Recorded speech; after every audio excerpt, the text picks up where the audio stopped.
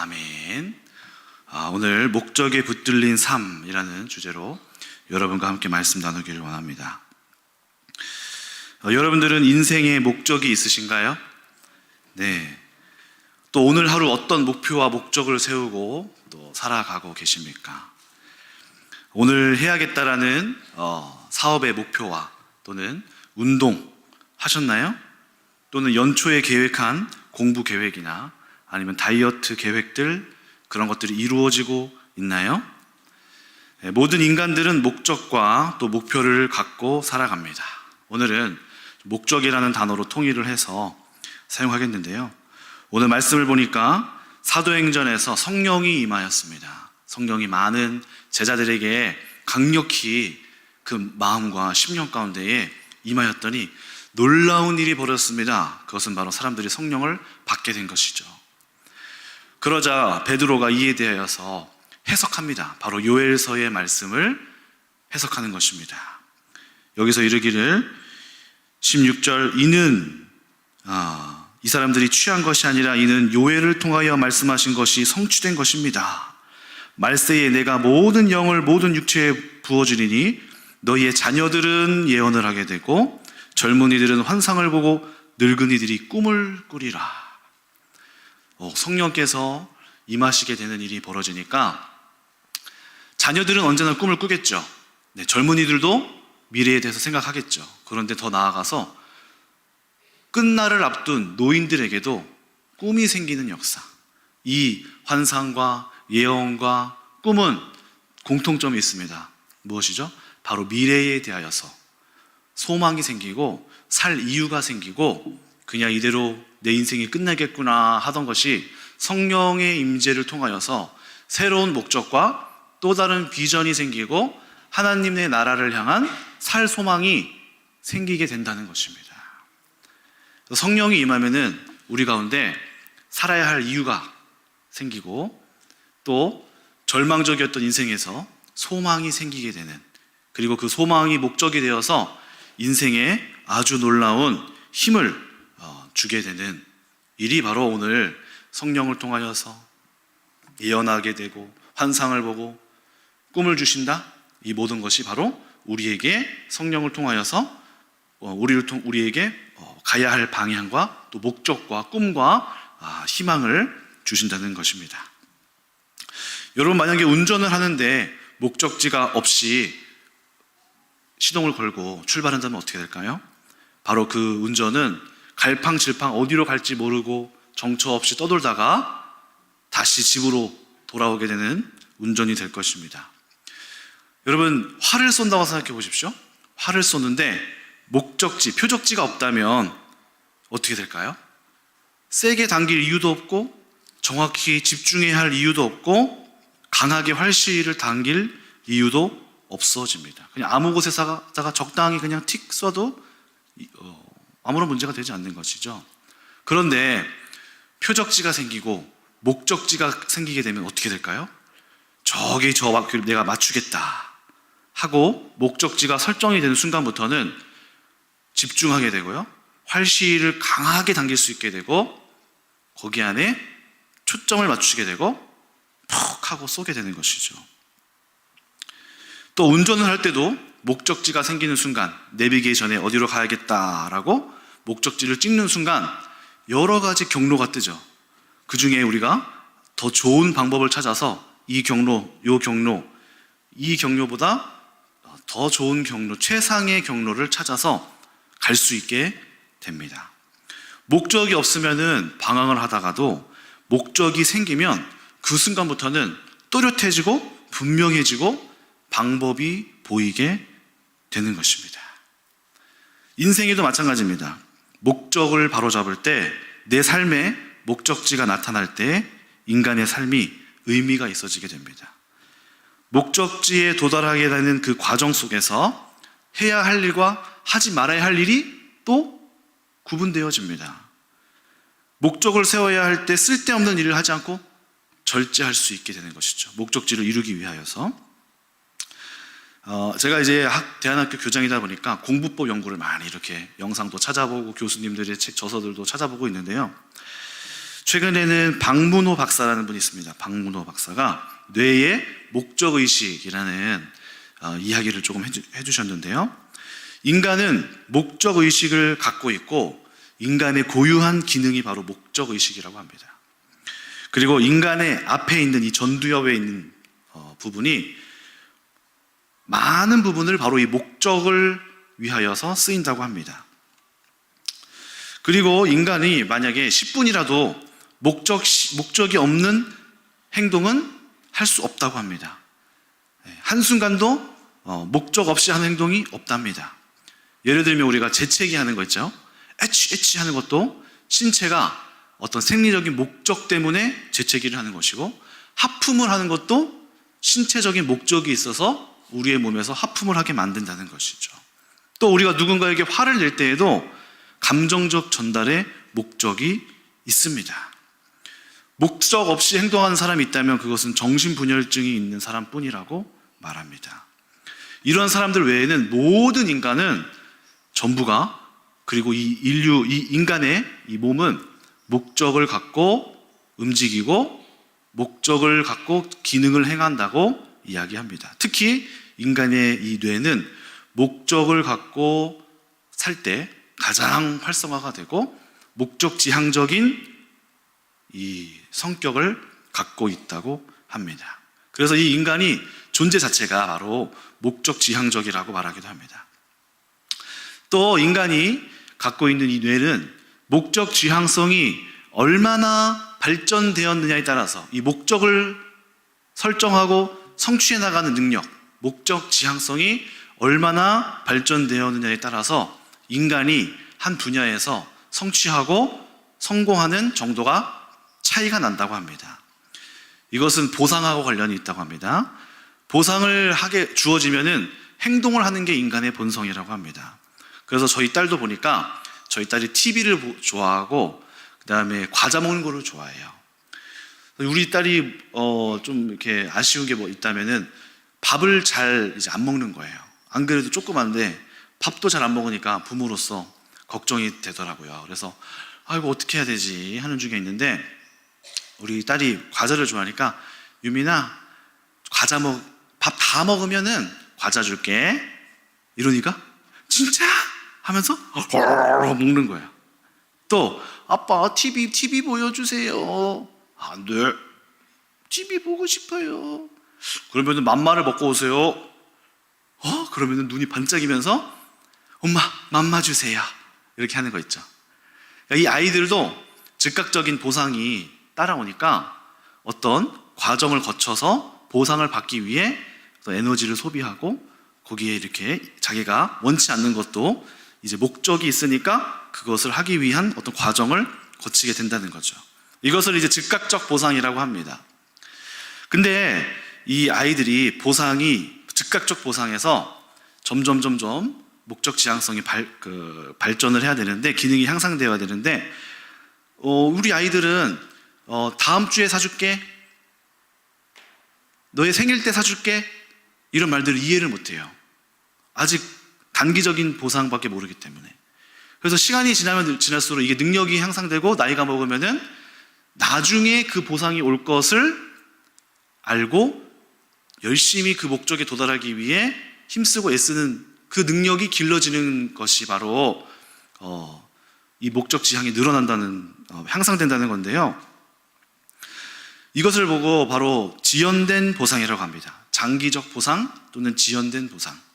그래서 기말고사 아니면 시험, 아니면은 공무원 시험을 본다, 아니면 무슨 수능 시험을 본다, 고등학교 1학년 때부터 저 3년 뒤를 바라본다, 또는 5년에서 10년 이상 걸리는 긴 시험을 준비한다, 긴 투자를 한다 라고 했을 때 이 지연된 보상을 걸어갈 수 있는 능력을 갖춘 사람이 나중에 올 보상을 알고 꿋꿋이 거기를 인내해가면서 해나가는 사람은 인생에서 많은 성공과 목표의 성취를 이룰 수 있다고 하는 것입니다.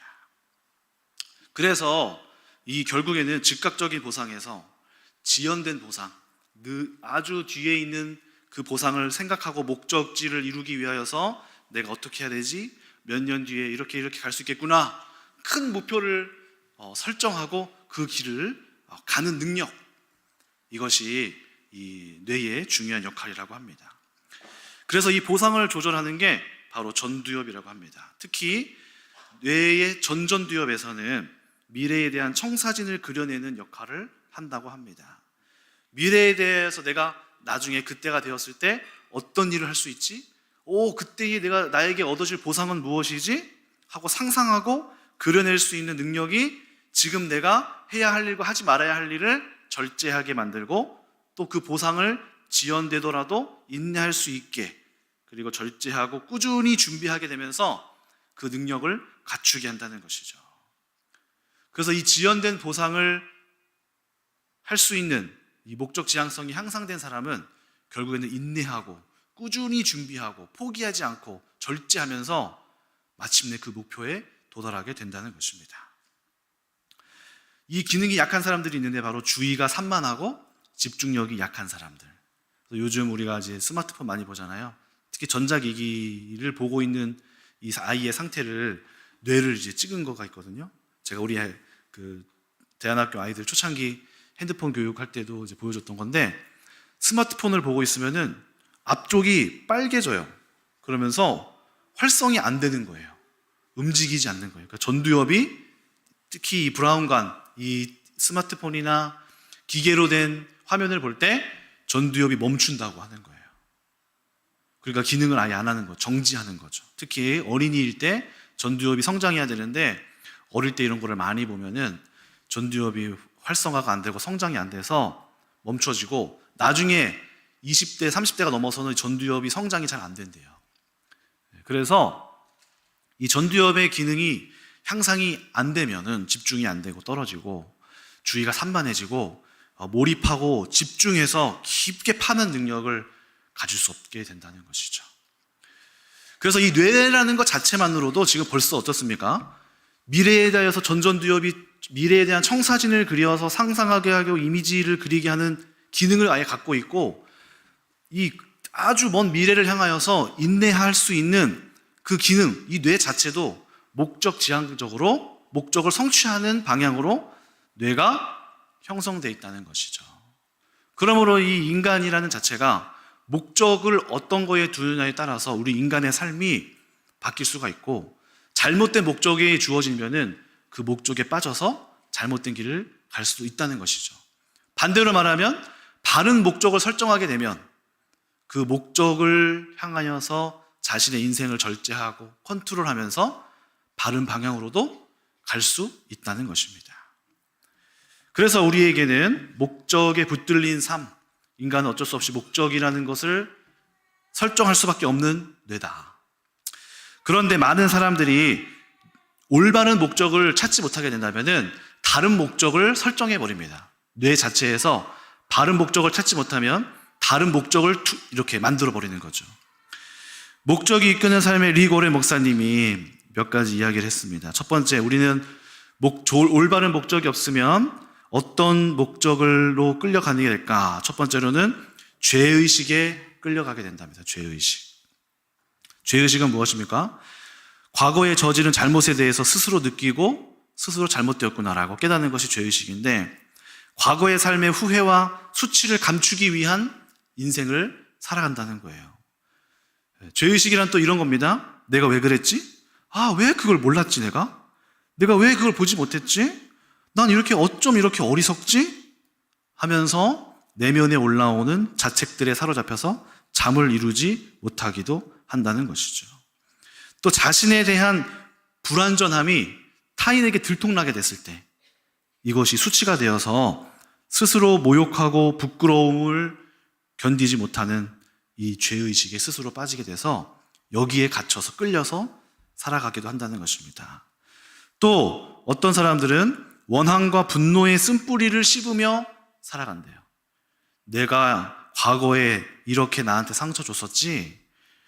그것으로 인하여서 분노하고 원수 맺고 과거의 사건이 나를 붙잡으면서 그것에 이끌려서 살아간다는 것이죠.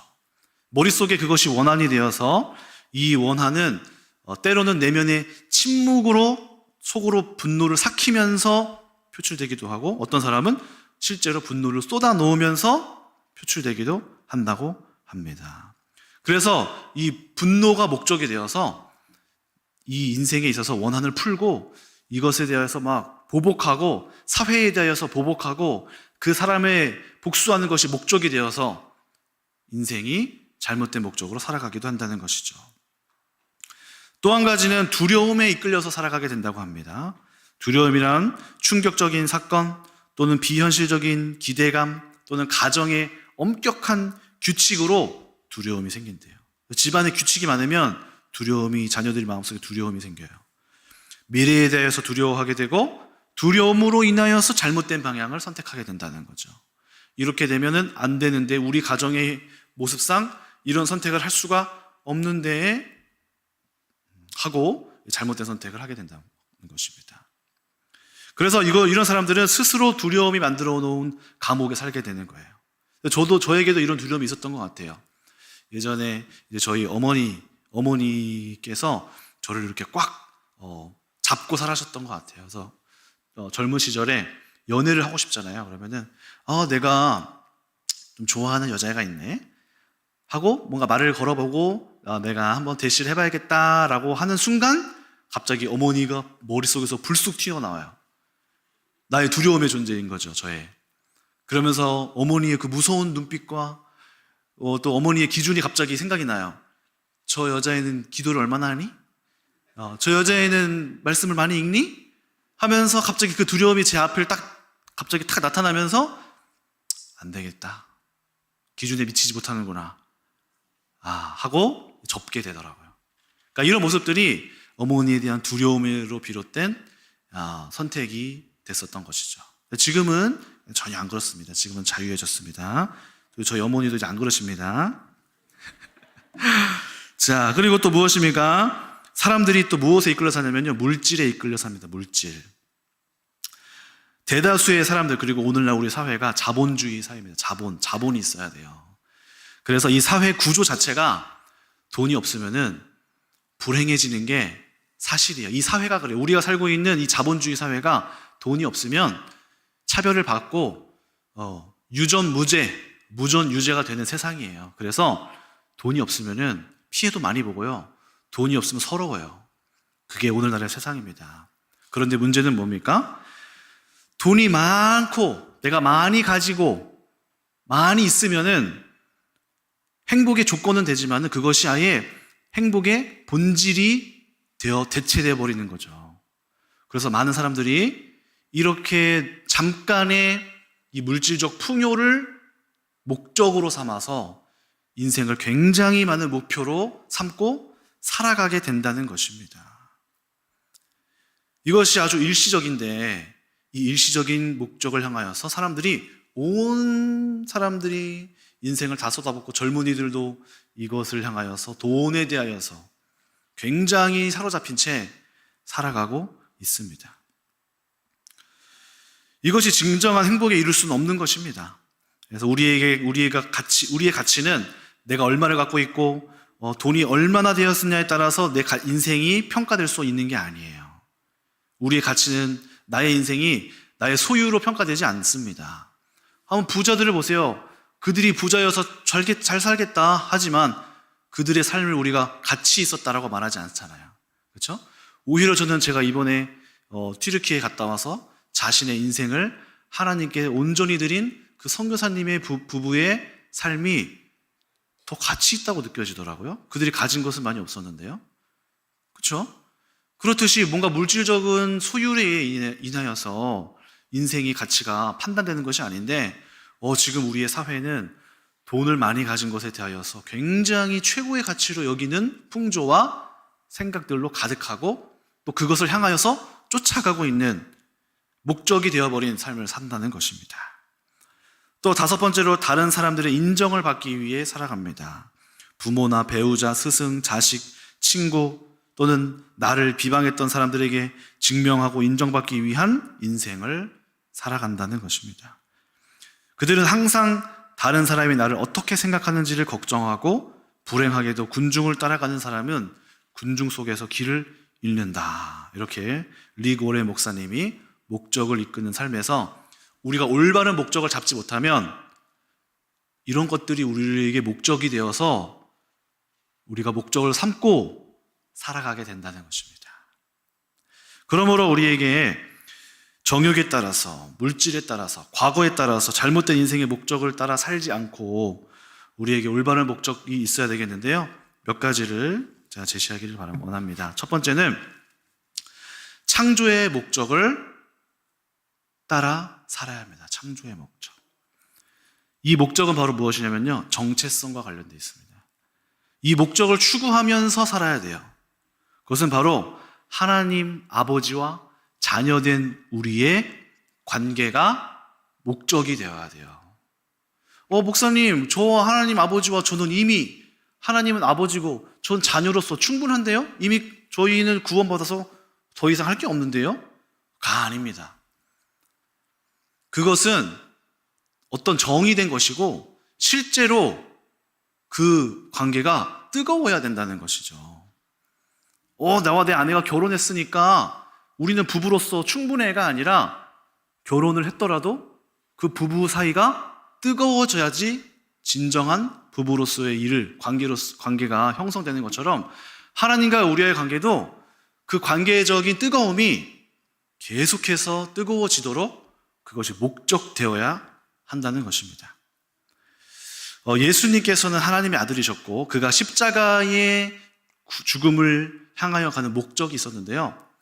그런데 예수님이 이 땅에서의 삶에서 굉장히 중요시 여긴 목적이 있었어요. 그것은 뭐냐면은 하나님께 기도하는 거였습니다. 하나님 아버지를 향하여서 무리들을 이끌고 막 사역하다가도 무리를 떠나서 홀로 자리를 비우셔서 기도하러 가셨어요. 아버지와의 사랑의 관계를 추구하셨던 것이죠. 또 아침에 성경을 보면 이런 내용이 많이 나옵니다. 예수께서 습관을 따라 새벽에 기도하러 가시매.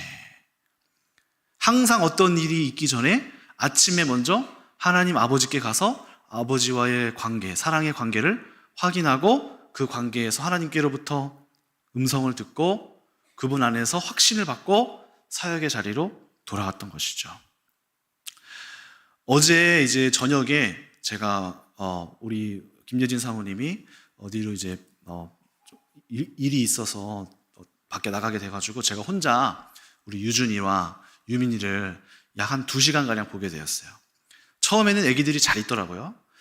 그래서 잘 있었는데 이제 시간이 지나면 지날수록 애들이 가만히 있진 않죠. 유준이가 난리가 났어요. 갑자기 우는데 우리 유준이는 울 때 거의 숨이 넘어갈 듯 울어요. 이렇게 울어요. 그러니까 이제 이 정도로 울 게 아닌데 왜 이러지? 하면서 이제 어쩔 수 없이 막 앉게 되더라고요. 그래서 이제 이거 얘가 이게 울기 시작했네. 큰일 났다. 해가지고 툭툭툭툭 안아주고 기저귀도 갈아보고 맘마도 먹여보고. 근데 애가 정말 우리 애기에게 좀 미안하지만 미친 듯이 우는 거예요. 어떻게 해야지? 근데 이제 가만히 있던 유민이도 갑자기 아빠 나를 안아줘. 유민아, 너 가 있어봐. 아빠 지금 정신이 없어. 애기들이 진짜 집에서 울면요 정신이 막 진짜 혼란스러워요. 이거 하고 있는데 이러고 있는데 유민이가 또 갑자기 아빠 나를 안아. 또 이러는 거예요. 제가 이제 그 순간 이제 멘탈이 나갔어요. 그래서 막 앉다가 정말 그렇게 화를 잘 안 내는데 유민이한테 짜증을 냈어요. 유민, 아빠 이거 안 보여? 이거 안고 있잖아. 이렇게 인상을 이렇게 무섭게 하면서 유민 진짜 하면서 이렇게 했어요. 그때 유민이가 이러는 거예요. 그래서 진짜 유민 저리 가 있어. 하고 유준이 빨리 이렇게 하고 이제 일단락이 됐어요. 그래서 다음날 아침이 됐어요. 오늘 아침에 되었어요. 오늘 아침에 유민이가 이제 일찍 일어나거든요. 유민이가 아침에 일찍 일어나더니 원래는 유민이가 아침에 일어나면 저한테 오진 않습니다. 보통 이제 엄마한테 가요. 근데 오늘따라 유민이가 저한테 오는 거예요.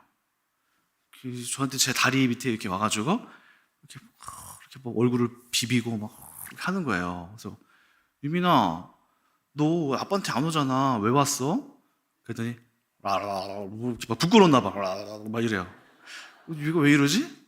그래서 가만히 생각해 보니까 어제 제가 막 무섭게 야 유유민 절로 가 아빠 이거 안 보여? 이렇게 화를 냈잖아요. 그러니까 이 아이 마음속에 뭔가 아빠랑 멀어져서 아빠의 이제 화가 풀렸나 안 풀렸나 이렇게 온 것 같은 느낌이 딱 드는 거예요. 그래서 제가 유민아 혹시 어저께 아빠가 이렇게 화를 내서 유민이가 혹시 아빠 이렇게 걱정돼서 온 거예요? 했더니 이렇게 웃더라고. 맞은 거예요. 그게 그것 때문에 온 거예요. 속의 속마음은.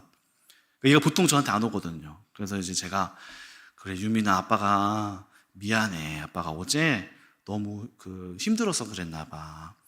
아빠는 유민이를 너무너무 사랑해 하고 막 안아주고 뽀뽀도 해주고 뭐 이렇게 우리 딸과 함께 이렇게 사랑을 깊은 교류를 이렇게 안아주고 뽀뽀도 해주고 토닥토닥도 해주고 유민이 사랑해 아빠가 사랑해 이렇게 얘기도 해줬어요.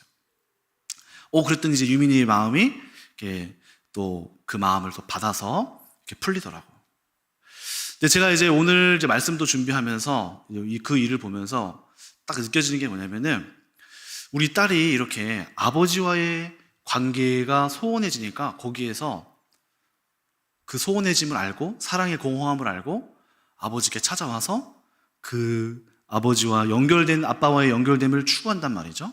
그리고 거기에서 우리 딸과 제가 깊은 서로의 연결됨을 다시 재확인한단 말이죠. 하나님과 우리와 사이에서도 하나님이 우리에게 원하시는 게 있습니다.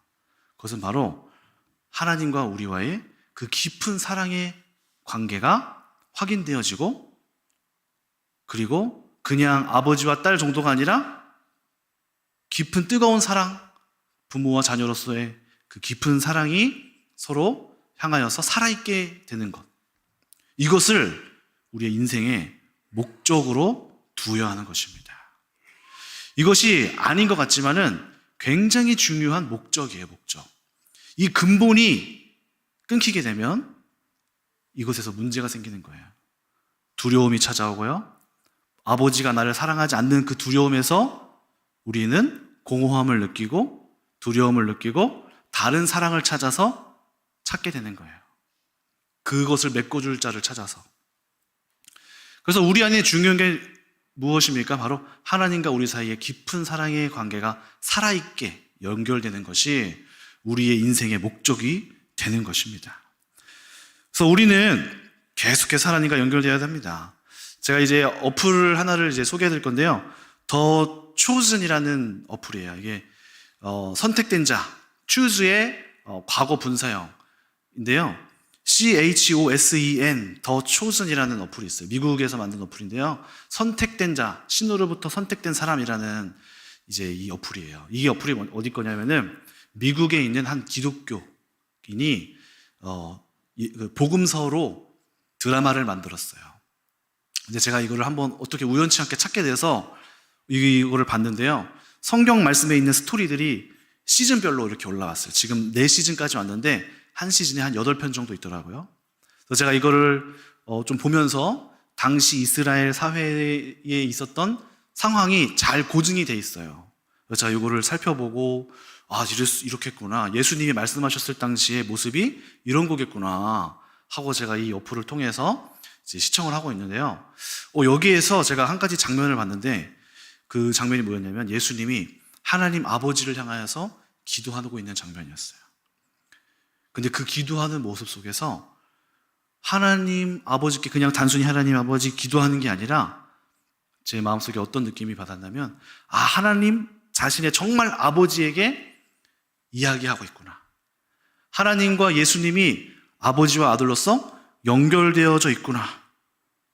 그리고 예수님이 아침, 저녁으로 늘 하나님 아버지께 그 만남을 갖고 계셨던 장면. 그 기도가 아버지를 향한 기도였고 아버지와 연결되기 위한 기도였다는 것이죠. 그러니까 예수님께서 늘 이 목적을 매일의 삶 속에서 유지하고 있었던 것이죠. 요한복음 14장을 보면은 예수님이 이렇게 얘기합니다. 네가 나를 보았다면 하나님을 본 것이요. 나를 알았다면 나를 안 것이요. 나를 보았다면 네가 아버지를 본 것이다. 내가 아버지 안에 거하고 아버지가 내 안에 거하신다. 라고 이야기합니다. 그것이 무엇을 의미하죠? 예수님께서 그 마음 가운데 하나님과 늘 동행하고 연결되어져 있었던 그 상태가 지속되었다는 것이죠. 구원의 축복이 무엇인가요? 하나님 아버지와 만나게 된 것 아닙니까? 그 하나님 아버지와 단절됐던 우리가 예수 그리스도의 죽으심으로 인하여서 화목하게 되고, 우리가 아무리 어떤 돈을 주고 어떤 선행을 해도 갈 수 없는 그 하나님께 우리가 나아갈 수 있게 된 축복이 바로 구원 아닙니까? 우리는 하나님을 찾아도 만나 줄 수가 없는 게 바로 하나님입니다. 그런데 이분을 우리의 아버지가 되셔서 우리를 자녀라고 삼아 주시고, 오늘도 제가 찬양하면서 참 동감을 많이 느꼈습니다. 하나님이 우리의 아버지가 되시고 우리가 그분을 즐거워하고 우리가 그분을 기뻐하는 것, 오늘 우리가 예배를 통하여서 하나님께서 확인시켜 주시는 사랑을 느끼는 것, 기도를 통해서 우리로 깨닫게 하시는 하나님, 또 나를 지지하시는 하나님의 그 힘, 또 삶에서 채워지는 많은 하나님의 일들을 통해 느껴지는 그 사랑, 우리가 예배 속에서 하나님을 찬양하고 감사하고 하나님을 누리는 것, 우리 유민이가 제 품에 와서 아빠랑 같이 사랑을 확인하고 그 품에서 안식을 누리고 기뻐하는 것, 그것이 굉장히 중요한 그리스도인 하나님의 자녀로서 우리 아버지를 향한 목적이 되어야 하는 것입니다. 그래서 웨스트민스터 소요리 문답 제1문, 제일 첫 번째 1문은 사람의 제 첫 번째 되는 목적은 바로 하나님을 영화롭게 하는 것과 영원토록 그를 즐거워하는 것이다. 이 웨스트민스터 영국에 있는 신앙고백이 소요리 문답, 어떤 질문하고 답하는 큰 이야기가 있는데요. 인간이 존재하는 첫 번째 목적은 무엇입니까? 하나님을 기뻐하는 것, 하나님을 영화롭게 하는 것. 우리가 아버지 품에서 누리는 것, 우리가 하나님을 영화롭게 하고 기뻐 찬양하는 것, 이 예배를 통해서 아버지의 이름을 높이는 것, 또 우리가 찬양을 통해서 하나님의 그 사랑과 하나님의 구원의 역사를 깊게 누리는 것. 목사님, 그거 그냥 하는 거 아니에요? 언제든지 할 수 있는 거 아니에요? 그거보다 더 중요한 일이 있지 않을까요? 그것이 아니라는 거죠. 제1되는 목적, 하나님을 누리는 것, 하나님과 깊은 사랑 안에 거하게 되는 것. 그래서 예수님께서도 율법 바리새인들이 와서 제일 큰 계명이 무엇입니까? 내 하나님 여호와를 사랑하고 내 이웃을 사랑하라. 하나님을 사랑하라 하는 것이, 사랑? 알겠습니다. 그 다음에 사랑 됐고요. 그 다음에 뭐 할까요? 우리에게 주어질 사명이 뭡니까? 하나님을 사랑. 아니, 그거 말고요. 뭐 하면 될까요? 뭐 이룰까요? 하나님께서는 아버지를 사랑하기를 원하시는 겁니다. 여러분들의 우리의 삶에 일상에서 가장 되어지는 부분이라고 생각했지만 이것을 목적으로 삼으시기를 축원합니다. 두 번째는 일상에 부여된 목적을 또 찾아야 합니다. 제가 요즘에 또 읽고 있는 책이 황농성 박사의 몰입이라는 책을 좀 읽고 있습니다. 몰입. 이게 꽤 2000년대에 지어진 시간이 꽤 지난 책인데, 이분이 몰입을 하면서 집중을 하면서 많은 그 어려운 난제들을 풀어낸 거예요. 그러니까 열심히 집중하고 생각하고, 그러니까 슬로우 띵킹이라고 하죠. 긴 시간 생각하고 그 문제를 집중해 가면서 이 문제를 해결해 나가는 이 몰입이라는 이 내용인데요.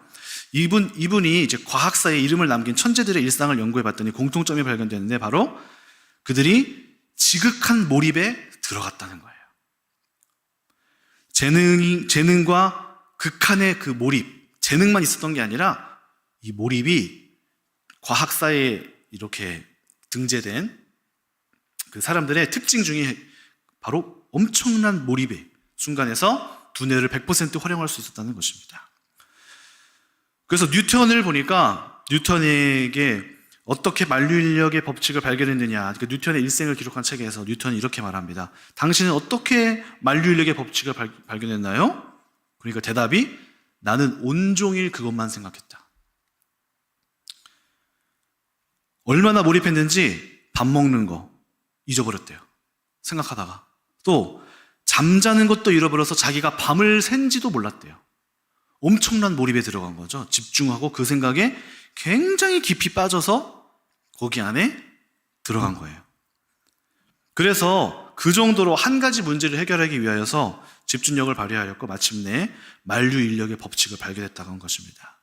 노벨상을 받은 리처드 파인만이라는 교수도 이런 몰입을 경험했는데요. 자다가 깨어도 머릿속으로 미적분 문제를 풀었습니다. 차를 몰면서도 거실에 앉아서도 침대에 누워서도 미적분을 풀었어요. 그러니까 이 문제에 몰입을 했다는 거죠. 이 뇌라는 게 처음에는 집중을 못 하는데 한 문제를 놓고 계속 생각하다 보면은 신체적인 변화가 일어난다고 합니다. 뇌에서 이런 신호를 보낸대요. 아니 도대체 얼마나 중요한 문제이길래 몇 날 며칠을 놓고 이 문제를 놓고 씨름할까? 이 문제를 못 풀면 죽나 보다 하고 신체가 집중하고 문제를 풀어야 하는 모드로 확 바뀌게 되고 몸에서 비상사태를 선언하고 온 힘을 쏟게 만든다는 거예요. 그러면 오로지 그 문제에만 몰두하게 되는 몰입의 상태가 주어지게 된다고 합니다. 아인슈타인 뭐라고 얘기했냐면 나는 몇 달이고 몇 년이고 생각하고 또 생각한다. 그러다 보면 99번은 틀리고 100번째가 되어서야 비로소 맞는 생각이 든다. 그러니까 이 사람도 일상을 하면서도 한 문제에 대해서 늘 생각하고 소위 우리말로는 묵상하고 있다는 거죠. 한 문제를 놓고 계속해서 끊임없이 마음에 그 문제를 두고 머릿속에 그 문제를 두고 풀이를 하고 생각을 하면서 몰입한다는 거죠. 이분이 황롱성 박사가 몰입을 하기 위하여서 뭐라고 말하냐면은 몰입을 하기 위해서는 목적을 설정해야 한다 이렇게 얘기했습니다. 어떤 목적을 설정해야 되냐? 지금 내가 하고 있는 일이 이 세상에서 가장 중요한 일이다. 그러니까 뇌에게 이런 신호를 줘야 된다는 거죠. 오늘 금요 철야 예배가 제일 중요한 설교의 자리다 라고 생각하게 되는 순간 제 몸에서 집중하게 되고 다른 짓을 안 하게 되고 어떻게 해야 되지라고 생각하게 되고 이것에 대하여서 몰입하고 집중하게 된다는 것이죠. 그래서 이렇게 생각하게 될 때 재미도 있고 경쟁력도 생기고 나의 몸을 최선을 다해서 내어 던질 수 있는 그런 상태가 된다는 것입니다. 그래서 이분이 인생에서 큰 배움을 얻었대요. 뭐였냐면은 열심히 공부해서 논문을 발표하고 연구하는 연구 박사가 되었는데 자신의 인생을 돌아보니까 내가 평생을 논문을 통해서 평가받을 텐데 과연 내가 가치 있는 연구를 하고 있을까? 아니면 그냥 노동적으로 하고 있을까? 지금까지 나는 어떤 논문을 쓰고 있었을까? 돌이켜보니까 답변하기 쉬운 논문, 내가 할 수 있는 정도만 하고 있더래요. 그러다 보니까 인생이 내가 하기 싫은데 억지로 하고 있고 재미도 없고 좀 그만하고 싶고 포기하고 싶다는 거예요. 뭐가 정체가 되었다는 거예요. 어느 순간 자신의 스승 그 박사님에게 이 문제에 대한 지적을 받고 내 인생에서 이게 잘못되었구나 하면서 자신의 삶을 돌아보기 시작했대요. 나는 어차피 논문으로 내 이름을 남기게 될 텐데 내가 지금 후회할 인생을 살고 있었구나. 살아가는 동안 내 재능을 다 발휘하지 못하고 사는 인생은 후회할 인생이구나. 장작이 100% 타서 다 재가 없어지면 아무런 문제가 없는데 5%만 타고 나머지 95%가 타지 않으면 그것은 폐기가 되는 것이구나. 이제 바꿔야겠다. 내가 한계에 부딪히더라도 중요한 문제, 최선을 다하는 문제를 마주하고 이 문제를 해치우는 태도로 하지 말고 작품을 만드는 자세로 행하자. 바꿨다는 거예요. 그리고 자기랑 동일한 태도를 가지고 사는 사람을 어느 날 연구소에서 마주했대요. 어느 이 세미나에서 한 박사님이 한 10년 동안 한 문제만 갖고 씨름하더래요. 저 사람은 저걸 아직도 못 풀어? 하고 생각해봤는데 그 사람의 표정이 너무 밝고 행복하더라는 거죠. 저 사람은 왜 저렇게 밝지? 봤더니 그 문제에 몰입하고 있었고 그 문제를 통하여서 집중하고 있었고 그 문제가 목적이 되어서 계속해서 어쨌든 성장하고 있었다는 거죠. 그래서 이분이 이 몰입이 이런 거구나. 나의 인생에 목적이 있고 이것을 설정하게 되는 순간 내가 완전히 여기에 올인하게 되고 이것이 나의 인생을 가치 있게 만드는구나. 너무 즐겁고 인생이 막 달라졌다는 거예요. 그 뒤로부터. 너무 즐겁다는 거예요. 목적지가 생기니까. 그 뒤로 이분이 또 이 몰입에 대한 이 집중도가 빨라졌는데요. 이 이후에도 재밌는 얘기가 더 있었습니다. 뭐가 있냐면은 자기가 이제 몰입을 하다 보니까 몰입의 이제 대가가 되었는데 자기가 전공하지 않은 어떤 분야가 있었대요. 근데 어떤 회사, 제조업체, LCD 제조업체에서 자기들이 아무리 이 공정에서 문제가 생겼는데 이 과정에서 도대체 무슨 문제가 있는지 전문가를 부르고 돈을 많이 준다고 하고 공부도 하고 해도 문제가 안 풀리더래요. 근데 이 문제가 이 황롱성 그 박사님한테 찾아왔더래요. 전문 분야가 아닌데. 자기가 그래, 내가 몰입에 얼마나 큰 능력이 있는지 학생들한테도 이 기회가 참 좋겠다 하고 그 문제를 받아서 자기가 도전하기 시작했대요. 이분이 그래서 이 몰입의 단계로 들어갔어요. 이 문제를 놓고 생각하고 고민하고 완전 여기에 집중하기 시작했어요. 그러니까 어떻게 됐냐면요. 이 장기적인 긴 시간 동안 집중을 하면서 다른 전공자도 풀지 못했던 것을 이 비전공자인 이 박사님이 탁 풀어내서 회사가 살아나게 된 거예요.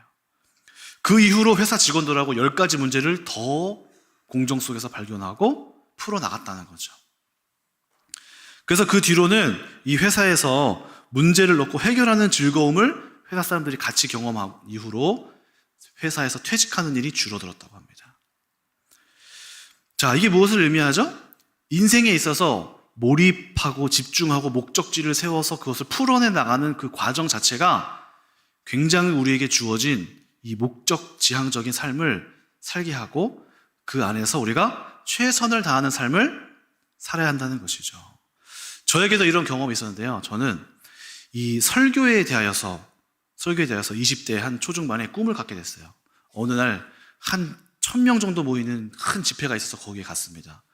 거기서 한 목사님이 설교를 하셨고 제가 거기에서 깊은 은혜를 받았어요. 놀라운 기도, 하나님께서 부어주시는 영적인 그 많은 감동을 안고 그날 제 마음속에 한 가지 꿈이 생겼습니다. 그것은 뭐냐면은 나도 저 목사님처럼 많은 사람들에게 좋은 설교로 은혜를 끼치고 싶다. 목적이 하나가 땅 생기는 거예요. 그리고 그때가 방학이었는데 방학이 끝나고 신학교로 돌아가게 되었습니다. 제가 도서관에 달려갔어요. 딱 집은 책이 뭐냐면은 설교 작성법. 그 설교 작성법을 제가 원래 책을 잘 안 읽었는데요. 제가 목표가 생기고 목적이 생기니까 제 마음속에 어떤 꿈이 생기니까 그것을 하기 위하여서 책을 읽기 시작하는 거예요. 와, 근데 그 한 권을 딱 읽었는데요. 그때 당시 이제 이동원 목사님이 설교의 이제 대가로 유명하시니까 이동원 목사님이 책을 많이 내셨어요. 몇 권을 제가 집어가지고 보기 시작했어요. 근데 제가 책을 오래 못 읽는데 한 30분 읽은 것 같았나? 너무 재미있게 끝까지 제가 다 읽었어요. 그랬더니 밖을 봤더니 어두워진 거예요. 한 3시간 지났던 거예요. 3시간, 4시간이 훅 지나간 거예요.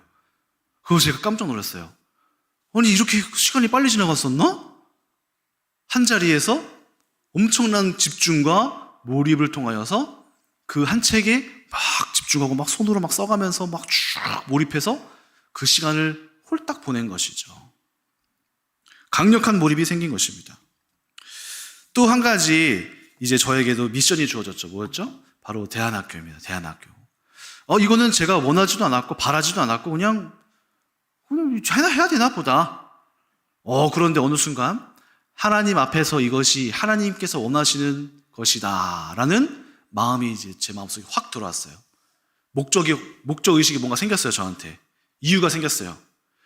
와, 그때부터 제가 한 2개월, 3개월 장기적인 생각에 들어갔어요. 이걸 어떻게 해야 되지? 나는 아무것도 모르는 존재인데 어떻게 풀어나가야 되지? 내 앞에 닥쳐진 이 문제를 내가 어떻게 풀어나가야 되지?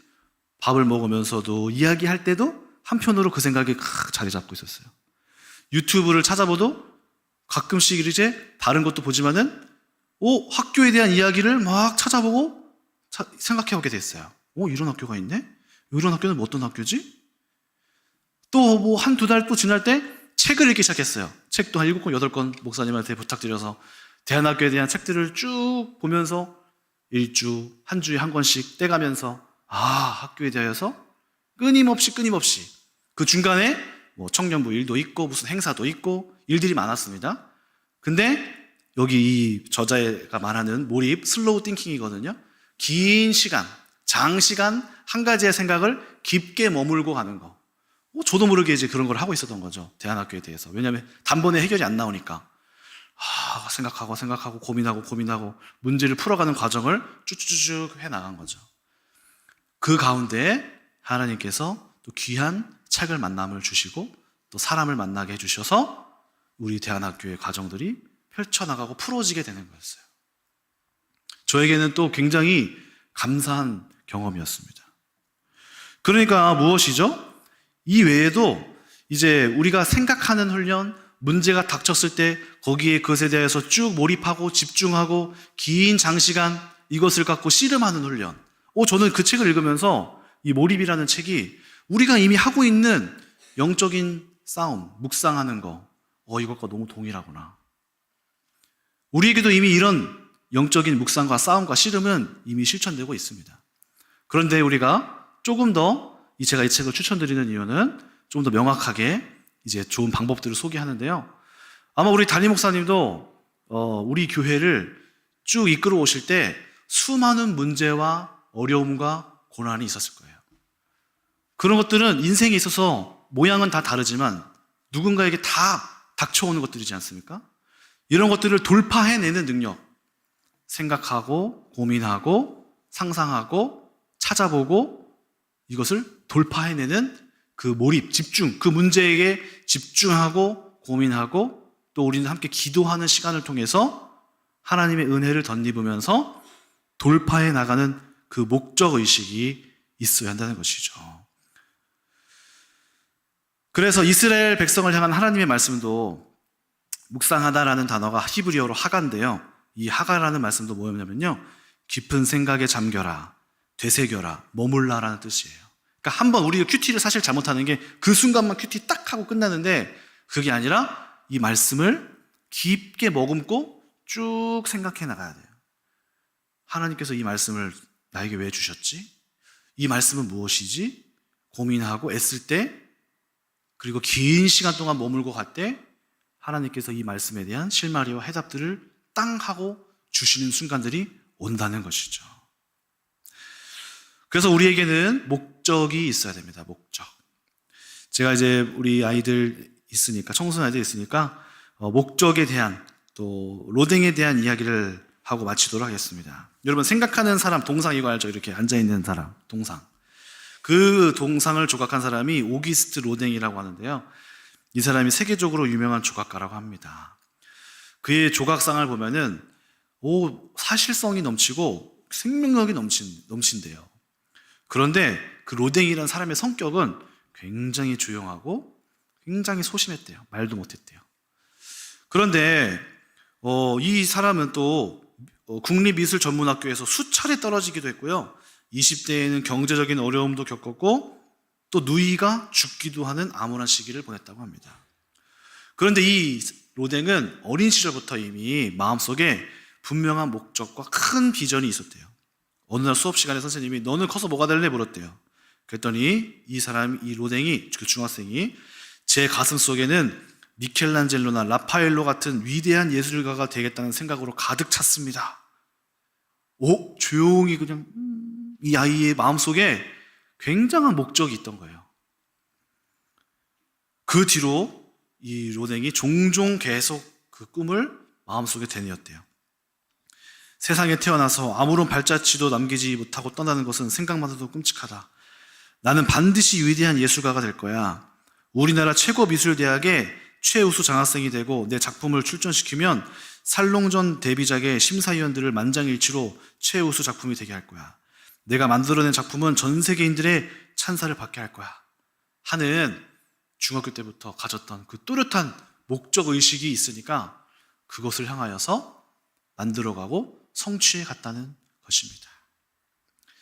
말씀을 마무리하도록 하겠습니다. 오늘 제가 목적이 이끄는 또 목적에 붙들린 삶이라는 제목으로 여러분과 함께 말씀을 나누었는데요. 여러분들, 하나님께서 우리에게 성령을 통하여서 오늘 말씀의 본문에 근거하면 자녀들은 예언할 것이요, 청년들은 환상을 보고 아비들은 꿈을 꾸리라. 이것이 무엇입니까? 아무것도 없는 메마른 땅에 하나님께서 비전을 주시고 가야 할 목적지를 보여주신다는 거예요. 오늘 하나님께서 여러분들 각자를 향한 삶의 목적들을 보여주시기를 축원합니다.